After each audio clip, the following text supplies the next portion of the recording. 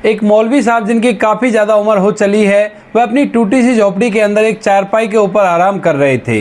तभी अचानक से उस झोपड़ी के बाहर एक महिला कलेक्टर की गाड़ी आकर रुकती है। उसके बाद महिला कलेक्टर उसमें से उतरती हैं और झोपड़ी के अंदर जाने लगती हैं। अब जैसे ही मौलवी साहब किसी को झोपड़ी के अंदर आते हुए देखते हैं तो एकदम से अपनी चारपाई पर बैठ जाते हैं। उसके बाद वह महिला कलेक्टर आकर उनके पैर छूती है और कहती है कि अब्बू मैं आ गई। अब इस बात को सुनकर जो मौलवी साहब है वो थोड़ा सा असमंजस में पड़ जाते हैं और उससे पूछने लगते हैं कि बेटी तुम कौन हो और मुझे अब्बू कैसे कह रही हो। तो जो महिला कलेक्टर थी वो उनसे कहने लगती है कि अब्बू आप मुझे भूल गए, मैं शिवानी शर्मा हूं और मैं कलेक्टर बन चुकी हूं। अब इस नाम को जैसे मौलवी साहब सुनते हैं तो एकदम से उनकी आंखों में आंसू आ जाते हैं और वह फूट फूट कर रोते हुए उस लड़की को अपने गले से लगा लेते हैं। कौन थी वह महिला कलेक्टर और क्या कनेक्शन था उनका मौलवी साहब से, पूरी कहानी की सच्चाई जानने के लिए वीडियो को अंत तक जरूर देखें। बिहार के एक छोटे से गांव में दो पति पत्नी रहा करते हैं। पति का नाम ईश्वर चंद शर्मा है और उसकी पत्नी का नाम है सावित्री। सावित्री जो है वो अभी प्रेग्नेंट है और कुछ दिनों बाद उसकी डिलीवरी होने वाली है। तो इस बात को सोच सोचकर दोनों पति पत्नी बड़े ही खुश हुआ करते हैं क्योंकि अब उनके परिवार में एक सदस्य बढ़ने वाला था और उसके लिए वो ढेरों सपने सजाए रखते हैं। धीरे धीरे समय बीतता है और समय आ गया था डिलीवरी का। अब डिलीवरी का जैसे समय आया था तो ईश्वर चंद शर्मा अपनी पत्नी को लेकर सीधा हॉस्पिटल जाते हैं और वहां पर डिलीवरी करवाने लगते हैं। लेकिन जैसे डिलीवरी होती है तो डॉक्टर साहब बताते हैं कि आपकी पत्नी की जान हम नहीं बचा पाए, यानी कि जो ईश्वर चंद की पत्नी सावित्री थी उसकी मौत हो चुकी थी डिलीवरी के दौरान। अब इस बात को सुनकर जो ईश्वर चंद बड़े परेशान होते हैं, लेकिन वो करते भी तो क्या करते। इसके बाद वे पूछते हैं कि बेटा हुआ है या बेटी हुई है, तो डॉक्टर साहब उसे बताते हैं कि बेटी हुई है। तो इसके बाद जो ईश्वर चंद शर्मा थे अपनी बेटी को पालने पोसने का फैसला करते हैं। ईश्वर चंदी माँ और पिता दोनों का प्यार अपनी बेटी को दे रहे थे और धीरे धीरे उसको बड़ा कर रहे थे। उस लड़की का नाम रखा था शिवानी। अब शिवानी धीरे धीरे बड़ी होती है, वह स्कूल जाने योग्य होती है। तो उसके पिता एक अच्छे से स्कूल में उसका एडमिशन कराते हैं और उसकी अच्छे से देखभाल किया करते हैं। कुछ समय बीतता है और कुछ समय बाद जो शिवानी होती है वो 10वीं क्लास में होती है और 10वीं क्लास के उसने एग्जाम दे दिए थे।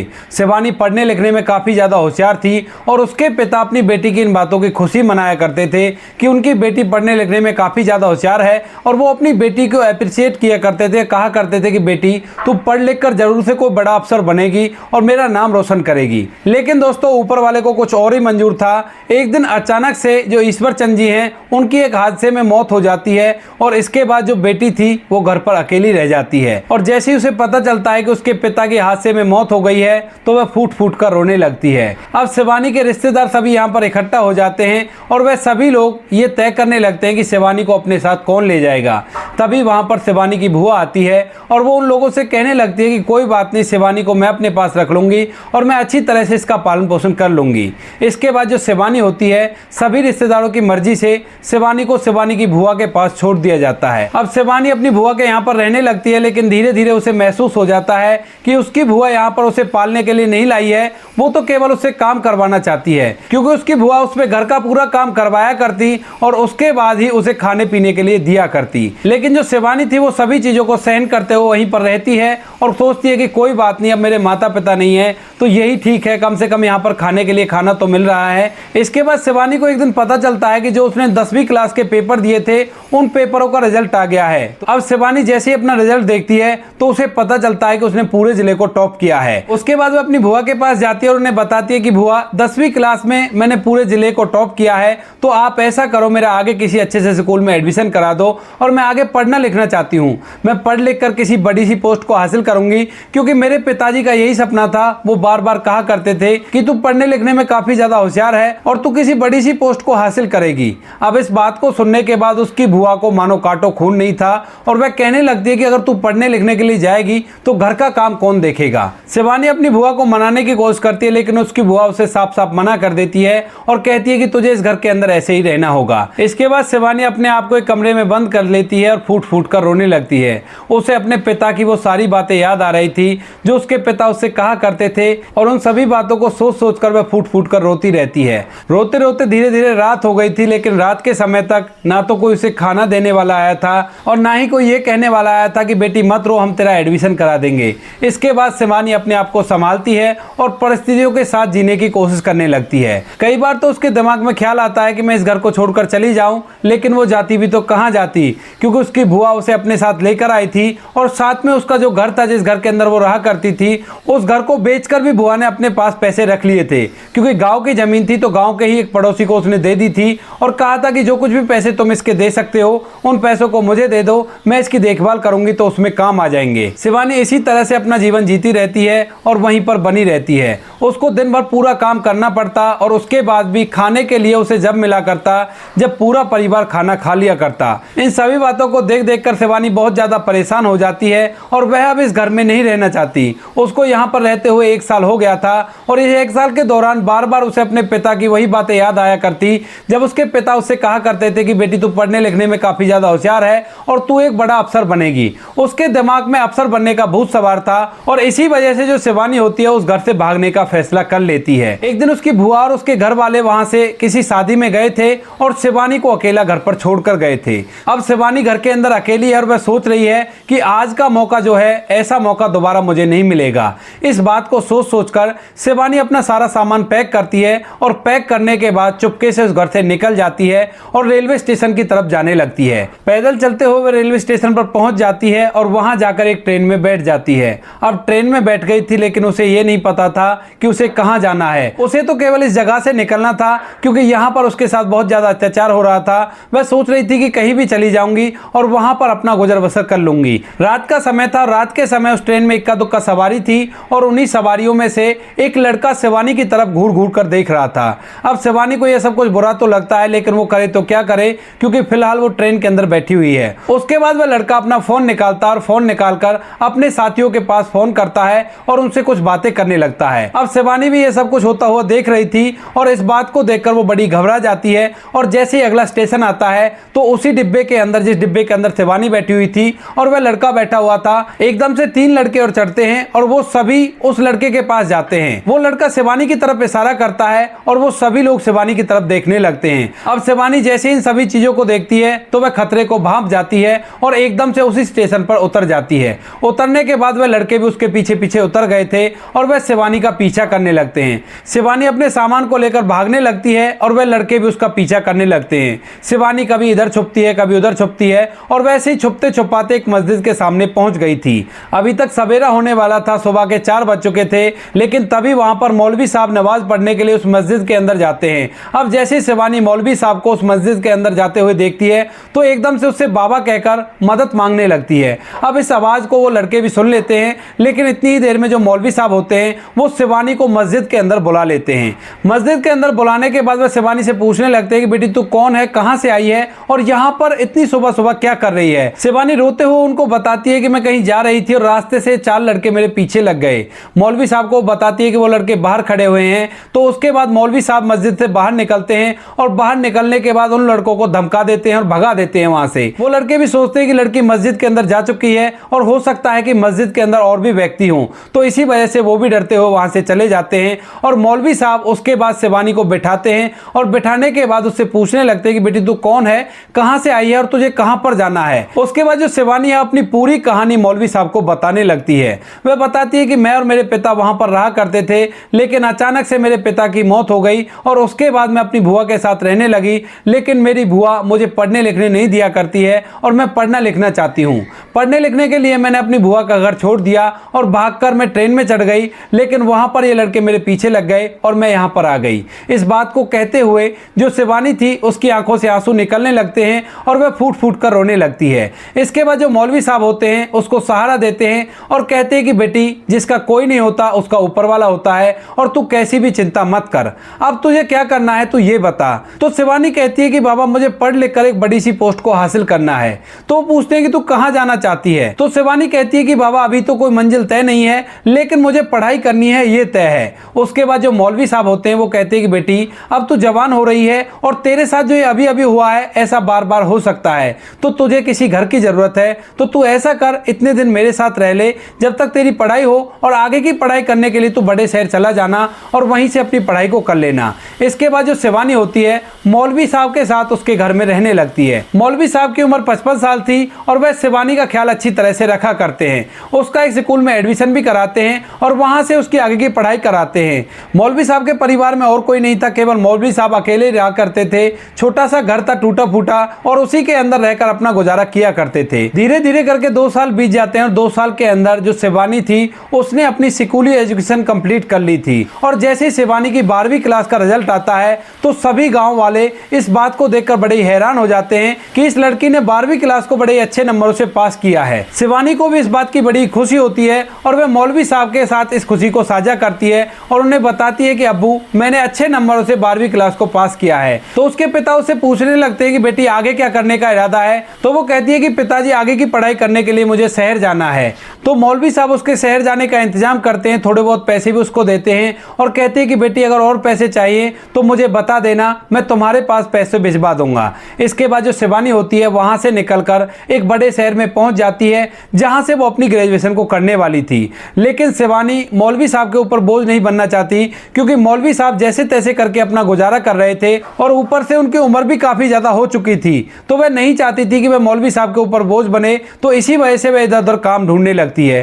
काम ढूंढते ढूंढते एक बुजुर्ग व्यक्ति के होटल पर वो पहुंच जाती है और वहां पर जाकर होटल के मालिक से काम के लिए पूछने लगती है। अब होटल का मालिक पहले उस लड़की की तरफ देखता है और उससे पूछता है कि बेटी तुम क्या काम करोगी। तो वह बताती है कि बाबूजी, मैं पढ़ी लिखी हूं, आप जैसा चाहो वैसा काम मैं कर दूंगी, कोई भी काम हो वही चलेगा, लेकिन मुझे पढ़ने के लिए थोड़ा सा टाइम चाहिए और वो टाइम मुझे जरूर चाहिए। उसके बाद जो होटल के मालिक होते हैं वो शिवानी के बारे में शिवानी से पूछने लगते हैं। कहते हैं कि बेटी तुम कौन और कहां से आई हो और किस वजह से तुम्हें काम चाहिए, क्या तुम्हारे परिवार वाले तुम्हारे साथ नहीं रहते।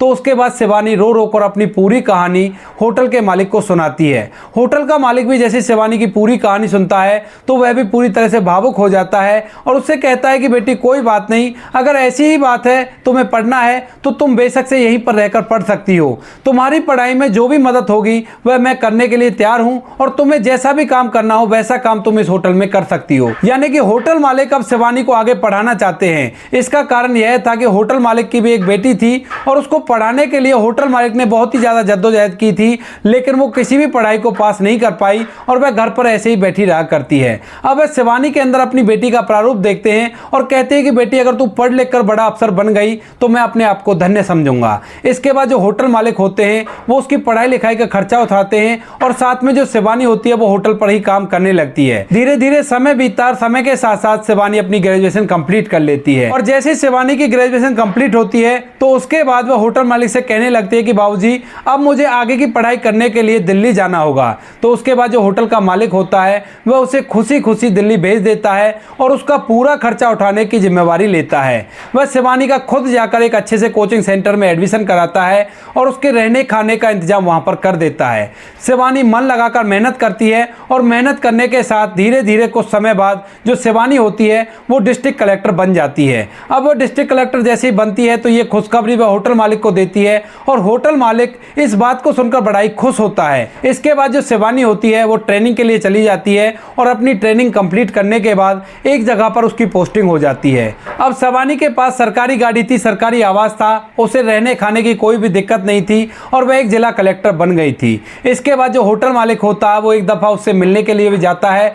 शिवानी उसका अच्छे से वेलकम करती है और पिताजी पिताजी कहकर उसको संबोधित करती है। अब जैसे होटल मालिक उससे मिलने के लिए आया था तो एकदम से उसे मौलवी साहब की याद आ जाती है, क्योंकि मौलवी साहब ने भी उसके साथ बहुत ही अच्छा व्यवहार किया था और 2 साल तक उसकी देखरेख की थी और 12वीं क्लास तक उसे शिक्षा दिलाई थी। इसके बाद जो शिवानी होती है वह मौलवी साहब से मिलने का मन बना लेती है। उसके बाद वह अपनी गाड़ी लेती है और गाड़ी लेकर सीधा मौलवी साहब के पास चली जाती है। अब इन बातों को लगभग 8 साल बीत गए थे और 8 साल बाद जो शिवानी होती है वो एक कलेक्टर साहिबा के भेष में सीधा उस जगह पर पहुंचती है जहां वो कभी मौलवी साहब के साथ रहा करती थी। वहां जाने के बाद वह देखती है कि जिस घर में कभी वो रहा करती थी वो घर फिलहाल नहीं है, उस घर की जगह एक टूटी फूटी झोपड़ी बनी हुई है। उसके बाद जो शिवानी होती है उस झोपड़ी के अंदर जाने लगती है। सामने मौलवी साहब अपनी चारपाई पर बैठे हुए थे और वह शिवानी की तरफ असमंजस भरी निगाहों से देख रहे थे। उसके बाद शिवानी जाकर उनके पैर छूने लगती है तो जो मौलवी साहब है वो उससे कहने लगते हैं कि बेटी कौन है तू और मेरे पैर क्यों छू रही है। तो उसके बाद शिवानी उनसे कहने लगती है कि अब्बू आप मुझे भूल गए, मैं शिवानी शर्मा हूं और मैं एक जिला कलेक्टर बन गई हूं। अब जैसे ही मौलवी साहब शिवानी का नाम सुनते हैं और सुनते हैं कि वो जिला कलेक्टर बन गई है तो एकदम से फूट फूट कर रोने लगते हैं और रोते हुए शिवानी को अपने गले से लगा लेते हैं। अब जब मौलवी साहब की झोपड़ी के सामने एक बहुत बड़ी कार आकर रुकी थी तो गांव के अंदर लोगों में हड़कंप मच जाता है और और सोचने लगते हैं कि मौलवी साहब ने ऐसा क्या कर दिया जो उनकी झोपड़ी पर इतने बड़े बड़े लोग आए हैं और साथ में पुलिस भी है, क्योंकि शिवानी के साथ एक गार्ड भी था और वह गार्ड भी उस झोपड़ी के बाहर ही खड़ा हुआ था। तो सभी गांव के लोग वहां पर इकट्ठा हो गए थे। उसके बाद जैसे ही सभी लोगों को पता चलता है कि ये वही शिवानी है जो 2 साल तक इसी गांव में रही थी, तो सभी लोग शिवानी की इस कामयाबी की बेहद खुशी मनाते हैं और शिवानी को बहुत ही ज्यादा प्रोत्साहित करते हैं। उसके बाद जो शिवानी होती है वो मौलवी साहब से कहती है कि बाबा चलो, अब आपको यहाँ पे नहीं रहना है। तो पहले तो मौलवी साहब उससे मना करते हैं, कहते हैं कि बेटी मुझे यहीं पर रहने दो, लेकिन शिवानी उनसे जिद करती है, कहती है कि बाबा आपको मेरे साथ चलना होगा और मैं आपकी सेवा करना चाहती हूँ। लेकिन मौलवी साहब उससे कहते हैं कि बेटी यहाँ पर पास ही में मस्जिद है तो मैं वहाँ पर जाकर नमाज पढ़ लिया करता हूँ, लेकिन तुम्हारे वहाँ पर मैं ये काम कैसे करूँगा। तो शिवानी उन्हें बताती है कि जहाँ पर मेरा आवास है उससे भी थोड़ी दूर पर ही एक मस्जिद है और वहाँ पर जाकर आप नमाज पढ़ लिया करना। अगर आपको ये लगता है कि मैं एक हिंदू हूँ तो ये चीज़ अपने दिमाग से निकाल दो, क्योंकि उस टाइम पर जिस टाइम पर आपने मेरी मदद की थी तो आपने ये चीज़ नहीं देखी कि मैं हिंदू हूँ या मुस्लिम हूँ। आपने इस चीज़ का भेद बिल्कुल से अपने दिमाग से निकाल दिया था। तो मैं भी आपकी सेवा इसी तरह से करूँगी, आप मेरे पिता समान हो और पिता की तरह ही मैं आपकी सेवा करना चाहती हूँ। ऐसा कहकर शिवानी मौलवी साहब को अपने साथ ले जाती है और इसकी इस बात को देखकर गाँव के सभी लोग इस बात की वाहवाही करने लगते हैं। मौलवी साहब उसके घर में रहा करते और पास वाली मस्जिद में नमाज पढ़ने के लिए चला जाया करते। जो शिवानी है वो मौलवी साहब की अच्छी तरह से देखरेख किया करती है और जब कभी शिवानी से कोई मिलने के लिए आया करता है तो वह मौलवी साहब को घर के अंदर देखकर बड़ा ही हैरान हो जाता है। लेकिन जब शिवानी पूरी कहानी उनको बताया करती है तो वो लोग भी शिवानी की तारीफ किया करते हैं और कहते हैं कि ये होती है असली इंसानियत। कभी कभी वो होटल मालिक भी उससे मिलने के लिए आया करता है सह परिवार, और अपनी बेटी को उस शिवानी को दिखाकर बताया करता है कि ऐसी होती हैं बेटियां। शिवानी दोनों को अपने पिता की तरह सम्मान किया करती है। होटल मालिक अपने घर में रहा करते हैं लेकिन मौलवी साहब उनके पास ही रहा करते हैं और कुछ दिनों बाद शिवानी की उनके बराबर की रैंक वाले एक अधिकारी से शादी हो जाती है। शादी होने के बाद जो शिवानी होती है उस अधिकारी से साफ साफ कह देती है कि ये मेरे पिता हैं और अगर तुम्हें मेरे साथ रहना है तो तुम्हें इनकी सेवा भी करनी होगी। शिवानी का पति जैसी पूरी कहानी को सुनता है कि किस तरह से शिवानी IAS ऑफिसर बनी है और किस समय में मौलवी जी ने उनका साथ दिया था, तो जो शिवानी का पति होता है उसकी आंखों में भी मौलवी साहब की इज्जत और भी ज्यादा बढ़ जाती है और वह भी उनकी अच्छी तरह से देखभाल करने लगते हैं। तो दोस्तों ये थी कहानी एक लड़की की जिसके माता पिता उसको बचपन में ही छोड़कर चले गए, लेकिन उसके बाद भी उसने अपने मुकाम को हासिल किया और कामयाब होकर इस समाज में दिखाया। आप क्या कहना चाहते हो कहानी के बारे में? आपकी जो भी राय कमेंट सेक्शन में लिख सकते हो, लोगों के साथ शेयर कर सकते हो। इन कहानियों को सुनाने का उद्देश्य किसी को परेशान करना बिल्कुल भी नहीं है। यह कहानी आपको इसलिए सुनाई जाती है ताकि आप लोग इन कहानियों में से कुछ ना कुछ सीख सको और अपने जीवन में उस चीज़ को अप्लाई कर सको। मिलते हैं किसी नेक्स्ट वीडियो में नए टॉपिक के साथ, तब तक के लिए जय हिंद, जय भारत, जय हिंदुस्तान।